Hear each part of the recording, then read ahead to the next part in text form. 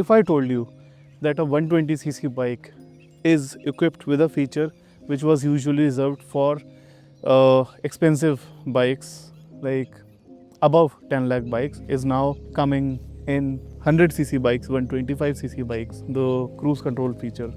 But before we write it off, we need to talk about this grim reality that every year around 13 people die per hour because of overspeeding.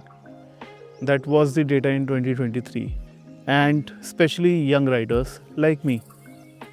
Sorry, I'm not young. When I got this bike, KTM 390 Adventure, I noticed one thing.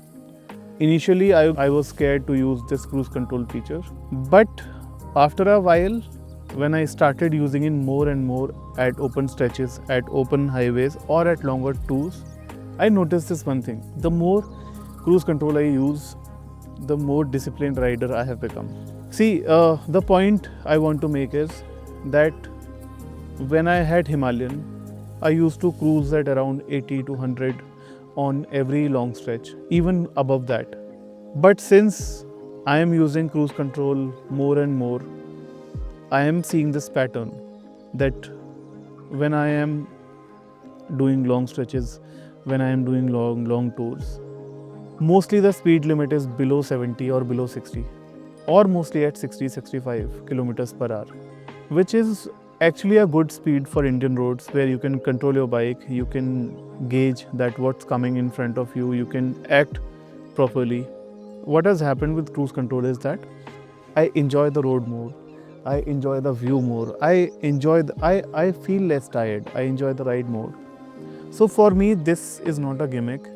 For me, this feature works as a safety feature because I am riding at lower speeds throughout. I still do quick bursts of speeds, but mostly 90% or 80% of the route I am basically riding it at 60 km per hour. Even when the cruise control is off, my habit has become that I put this bike on 60. I used to think cruise control would be an overkill feature, but when I see this feature penetrating in Indian market like crazy, I think it's a feature which every bike should have, and there is a learning curve. I'm not saying that people should just put their bike on cruise control in city and start riding.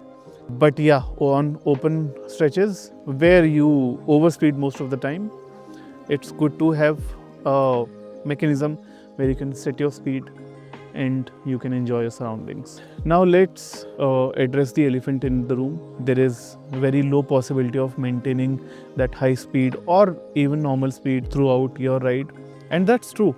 Even I cannot maintain that speed for more than 5 minutes sometimes.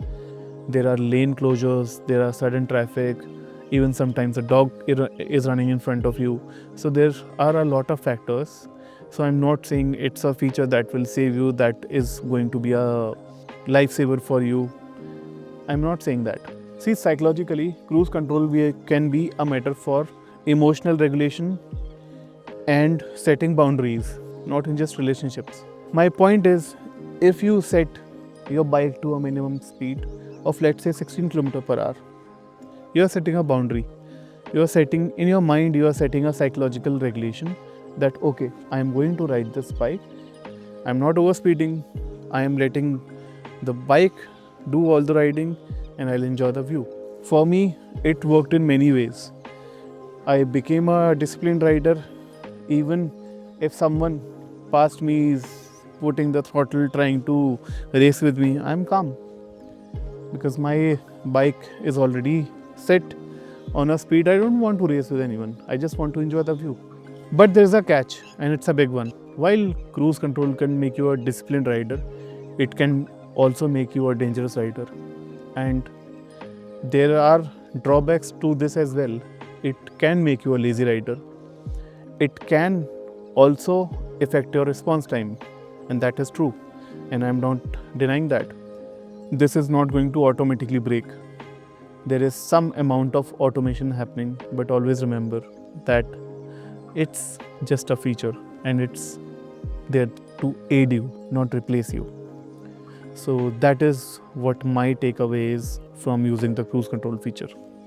So is cruise control actually a gimmick? Absolutely not.